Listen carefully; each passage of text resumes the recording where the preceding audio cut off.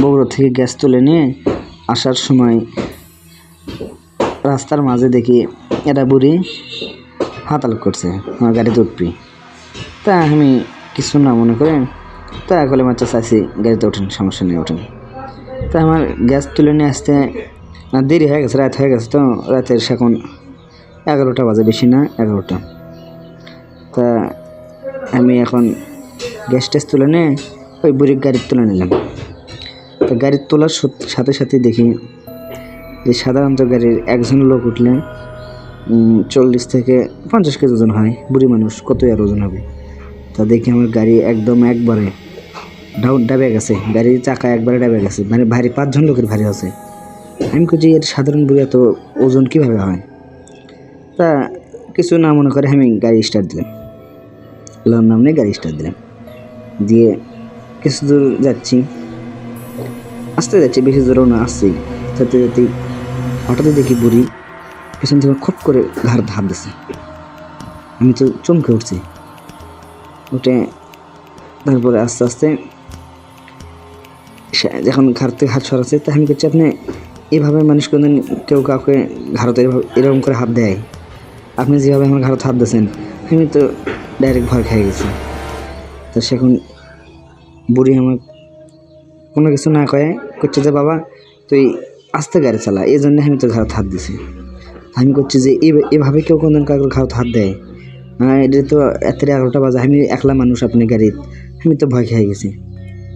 তা করছে বাবা ভয়টা কি করিস না, যা সমস্যা নেই যা, মানে আস্তে আস্তে গাড়ি চালা, বুড়ি মানুষ তো গাও মানে হাড্ডি ব্যথা লেগেছে, আস্তে চালা গাড়ি। তাই আমি আচ্ছা ঠিক আছে, তাই গাড়ি আস্তে আস্তে নিয়ে যাচ্ছি।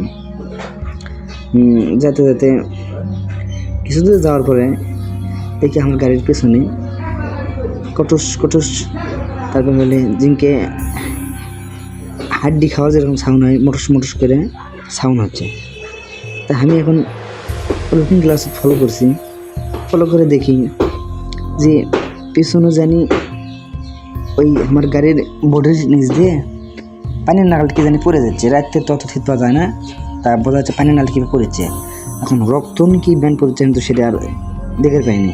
তা আমি এখন লুকিং গ্লাস দেখে বলি করছি যে আপনি কী খাচ্ছেন, আর গাড়ির নিচ ধামলে কী পড়েছে পানির মতো।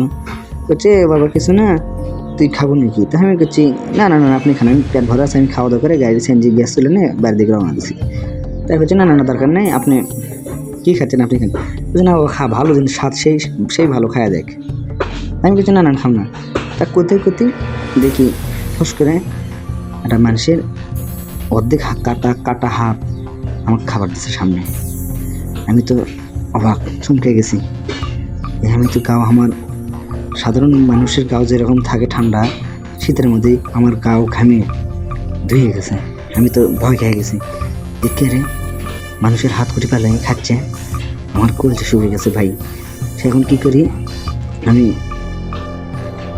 কোনো বুদ্ধি খুঁজে না পাই, গাড়ি থেকে তো নামেরও পাচ্ছি না, যাবারও পাচ্ছি না। তা বুদ্ধি কী করি, হঠাৎই আমার একটা কথা স্মরণ হয়ে গেছে যে আমার সৃষ্টিকর্তা তো আল্লাহ। আমি আল্লাহর উপর ভরসা করে যখন আয়াতুল কুরসি করা শুরু করছি, দেখি গাড়ি আমার পাতলা হয়ে গেছে, গাড়ি তার কেউ নেই, কোনো কিছুই নেই, আর সব পাতলা হয়ে গেছে। আমার গাও ঠান্ডা হয়ে গেছে ফস করে, মানে গাও তো কিনে নেমে গেল। ওই অবস্থায় আমি বাড়িতে এসে তো জ্ঞান হারিয়ে গেছি। তারপরে জানি না কী হচ্ছে, 2 দিন বিছানা থেকে উঠে পাই না, 2-3 দিন পরে সুস্থ হয়েছে। হওয়ার পরে তারপরে আমি মানুষকে বললাম যে এই ঘটনা আমার সাথে ঘটে গেছে। এই জন্যে ভাই সবসময় আল্লাহর উপর বিশ্বাস রাখবেন, আর আয়াতুল কুরসিটা অন্তত মুখস্থ করে থেকে দেবেন। আর যদি কারোর সাথে এরকম ঘটনা ঘটে, আপনারা আয়াতুল কুরসি ফস করে কয়েক গাঁথ দেবেন, ইনশাল্লাহ জিনবাতের হাতের থেকে বেঁচে যাবেন।